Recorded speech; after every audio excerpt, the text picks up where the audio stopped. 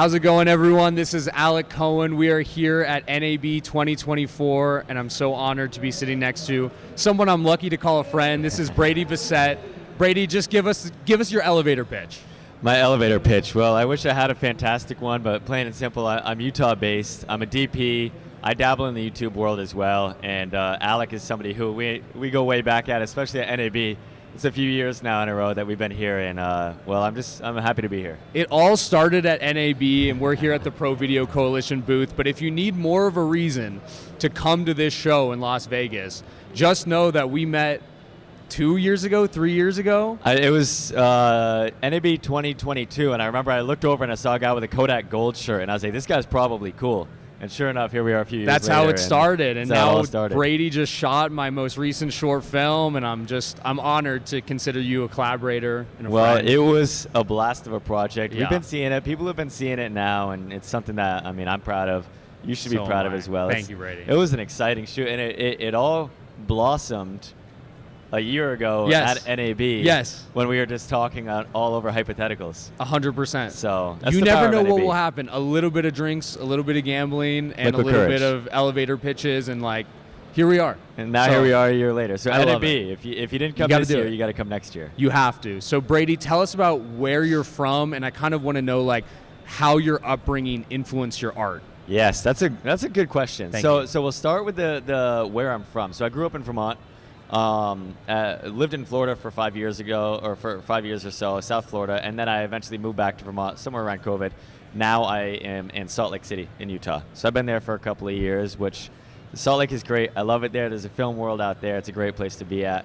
But the question of kind of where I got my influence from of growing up. So really I started with photo. So as a photographer, I would always try to push my photos is more so like with the landscape world. Being in a location, what do I feel rather than what do I see? So if it's like simple terms, I feel cold, make it cool. I feel warm, make it warm. So that influence kind of like pushing the creative vision a little bit more towards what I actually felt and how I'd want to interpret it that way rather than just like what looks cool and what might look nice. So then that evolved. I blossomed from photography, went down the line and stuff, and now to my DP space, that kind of holds true. Rather than color grading, it's more in-depth lighting, lens, all of that, color grade. But it's still for the sake of what did I feel or what do I want people to feel?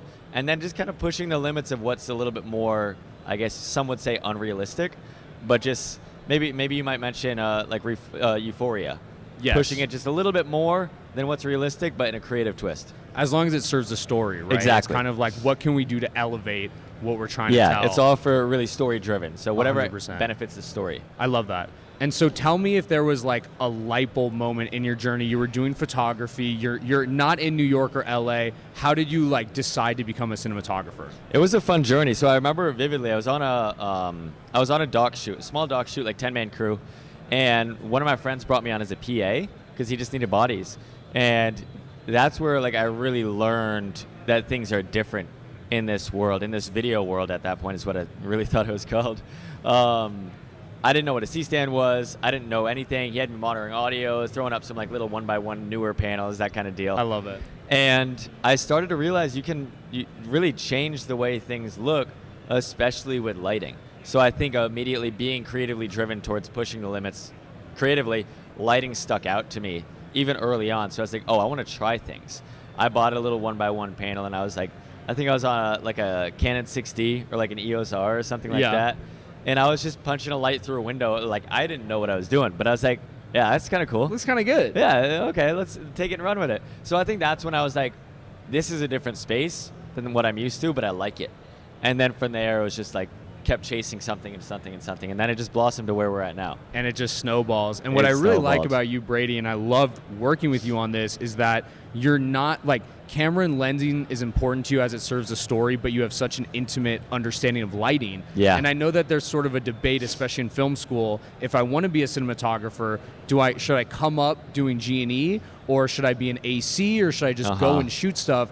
I wonder where you stand and how much importance you place on lighting as a cinematographer. I mean, obviously lighting is important. Everybody does have their own kind of styles as a DP of how they work with their director and how they work with their gaffer. Me coming up through lighting, I've got a lot more understanding of that, but my camera department stuff, I'll crutch a little bit more in my camera department for that. So it's kind of the same thing as somebody say coming up through a camera department as an AC, then turning into a DP. They're going to crutch on their gaffer a lot more. So me, I can say exactly kind of what fixture I'd want, how I'd want to shape it. It's kind of just two different things, and just how you interpret with your gaffer of how to get that final product. For me, I like it. I don't think it's necessary, but it benefits me to understand a little bit more of what I want. But I wouldn't say that it's necessarily crucial to be able to totally understand lighting. Yes, I think it helps to understand every department at least a little bit, so you can have a translation understanding. But for me, I just kind of really like lighting, and I know my style is lighting heavy. Yeah. So I think it's important for me to at least understand it, maybe a little bit more. Yeah. Or try my best to understand it. But with that becomes, I don't want to say a weakness, but forgetfulness of the camera stuff, because camera and lens choice, camera movement, all of that makes a huge impact on how you feel. Sometimes I forget about that because lighting, and then I've got to take a step back and be like, oh wait, there's more to it than just that. So It's not just lighting that makes a beautiful film. Yes, it's so many things, but what I like that you said there is the collaboration and leaning on your collaborators and working with good people, where it's like, I know that I know my stuff for G&E, but maybe I need a really good first AC who's going to place the camera in good spots, etc., a good camera operator, whatever it is.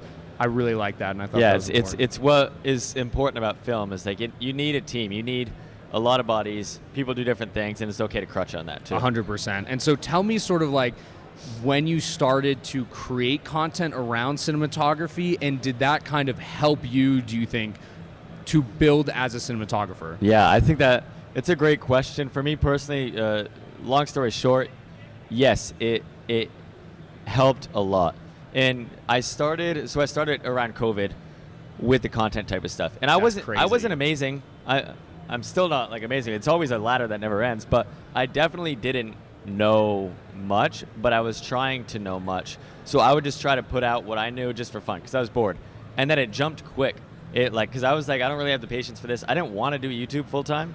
Yeah. But I was like, if it happened quick, I might as well just take this and run with it. So with that, it came a lot of growing pains, and YouTube is demanding. People want your stuff every single week. Yes. So it pushed me, if I'm doing educational content, not specifically, but a good percentage of it around lighting, I need to know it better. So every single week, I'd have to know a new topic. I'd have to learn a new topic, and I'd have to try it and understand it before I teach it. So there were a lot of issues of me being like, I don't know what the heck I'm doing. Yeah. But then it led me to learning more. So that was the one influence. It was a push to improve. But also, I think that the other part of it is the network. Yes. Network through YouTube. That's how essentially we shot Petunia. Yeah. Is through YouTube. Aperture brought me out. I was there, and then I met you, and then we talked about Petunia, and there we go. So there's a lot of network, whether it's with other people in the industry or with other creators, being able to collaborate on stuff like that as well. I think there's a lot of benefit to be had with it. It's a new touchy subject in the industry of like this whole social media thing and this content creation, but it's here to stay, and I think it's just evolving and kind of working with the change rather than just keeping it separate. You have to embrace it because there's people who just completely reject it, and they're kind of they're on an island by themselves. It's inevitable now, especially like with say Aperture and TED. What TED did with all of Aperture, from making it a very content creation driven thing to being, I mean, you saw the lights over there. Oh yeah, they've got big stuff now, and they're in the industry, and it's just more so fusing everything together and just making it a little bit more of one. Yeah, so I want to talk a little bit. You recently bought a Sprinter van. I did. And so I did. Tell me, it sounds like, so I was expecting an answer of like, oh, here's what I got, here's all my new gear. Sounds like it's empty. Empty. Tell me what we're thinking. There's a lot of amazing products. We have the Infinity mats that you're talking about. Tell me, like, if you had an unlimited budget, what you'd be wanting to throw in. You know, it's a cute van. It's not a full Sprinter. It's one of those like the city transit decks. But it's what I think is great for an owner-operator setup. Yes, it's empty. We'll talk about that. I think a dream case is like, I want to build it out. I want something that's, obviously for big stuff, you're going to get a box truck. You're going to get a 4-ton, whatever. But for quick and easy access stuff, my plan is to build that out to like a half-ton or like a 3/4-ton, 1-ton, whatever. Yes. Good amount of C-stands, 4x, rags, grip stuff. Enough to just be able to get the basics done and then rent out for any bigger rigging that's needed. And then lighting package, yes, I team up with a lot of the lighting companies, so I'm grateful to have a lot of fixtures. But that's difficult because I got all these fixtures and people want me to gaff, and I'm like, but I don't have any grip. So then I go to the rental house, and I spend the same amount of money renting the grip and throwing it in the back of my unorganized van that I would just renting a van. You don't have a system. No system at all. Yeah. I just put a shelf in though, and it's a lot more ergonomic there. Excited about that.